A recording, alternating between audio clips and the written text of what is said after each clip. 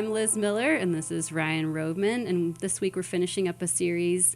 The series is called Untamed, and it's been phenomenal. I can't say enough good things about just teaching about our emotions and how God sees us in the middle of that, and our view of Him in the middle of our emotions, and practically how to live that out.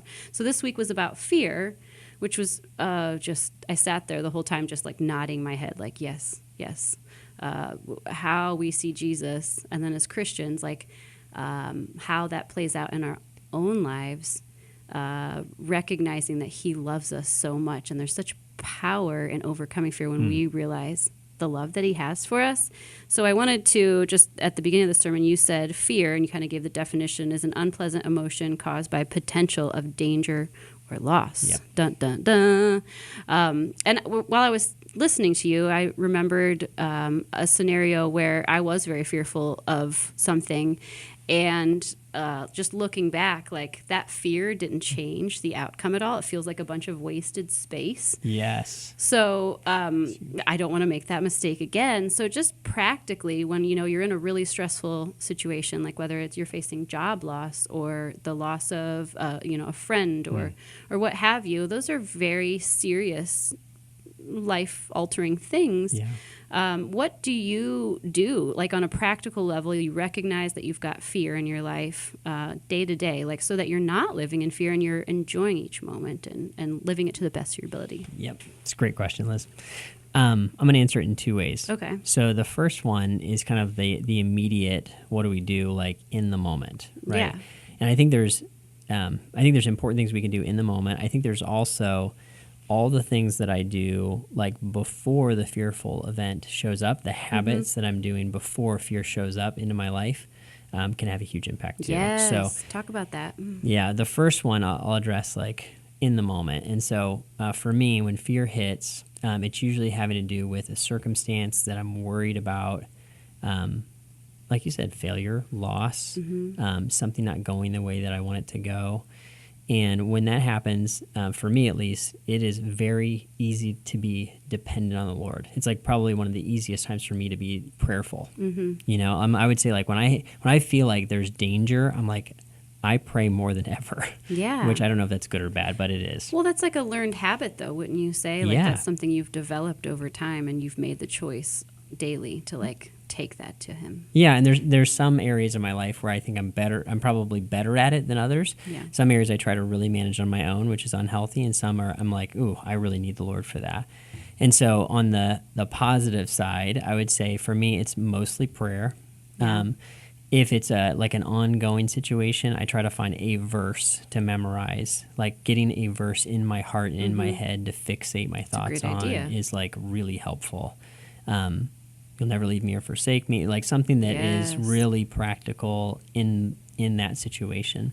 And they're easy to find. Bible Gateway and just like type in the issue and usually something will pop out. But I would say prayer, Bible memorization is great. And the point for me is not to memorize it. It's just to fix my thoughts on it. Another thing I've been doing a lot lately, more and more as a constant habit, is journaling. Okay. I journal like crazy. Like when I'm afraid or I'm angry or I'm frustrated, I will journal and just write it all out because for me it clarifies like what's going on and helps me see, oh, like this is what I actually have happening in my heart. Yeah. So do you is that like a prayer to the Lord in a journal, or it's just stating the facts, sort of you're like releasing that and laying that down? Both. It's like both. It usually starts out as me just saying what I'm thinking or feeling, and by the end it's prayerful. I love the idea of journaling. That's definitely helped me a whole bunch. And even like you said, just kind of recognizing, because you're processing out loud, so to speak, even though it's on paper. Yeah. Yeah, but I think like the ongoing habit of being in that space where I'm trying to kind of cling to Christ in the practical every day, when fears do show up, I can manage them a lot better. Oh my goodness.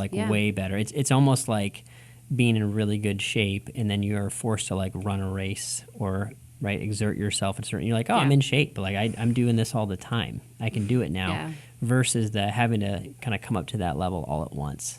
I agree. I think faith is in a lot of ways like a muscle. That relationship needs like exercise and worked out.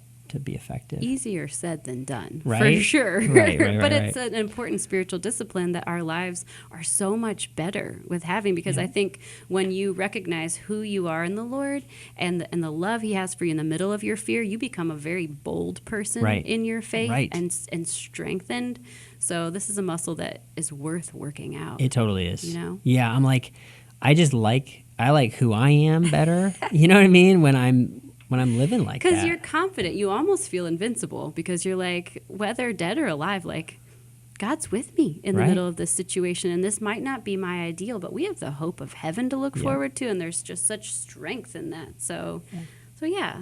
Did you want to cover anything else? No, I think for me, I think it's hugely important, Yeah. you know, and I would say this, I think it can look radically different for different people. Yes. You know, I was just, like I mentioned briefly in the message, like, Lori and I were just talking about, like, she really leans into worship, and worship music for her helps her connect with the Lord, you know, Yeah. and I think finding almost like a date, you know, like I was just going to suggest that, like self-care. Like, just take some time to get to know yourself well enough to understand how you process is valuable. Yeah, absolutely. Yeah, and how do I connect with the Lord? Do we connect through journaling or through Bible or through prayer? Obviously, those things are going to be involved, but what does it look like for you? And it's okay to have it be way different than somebody else.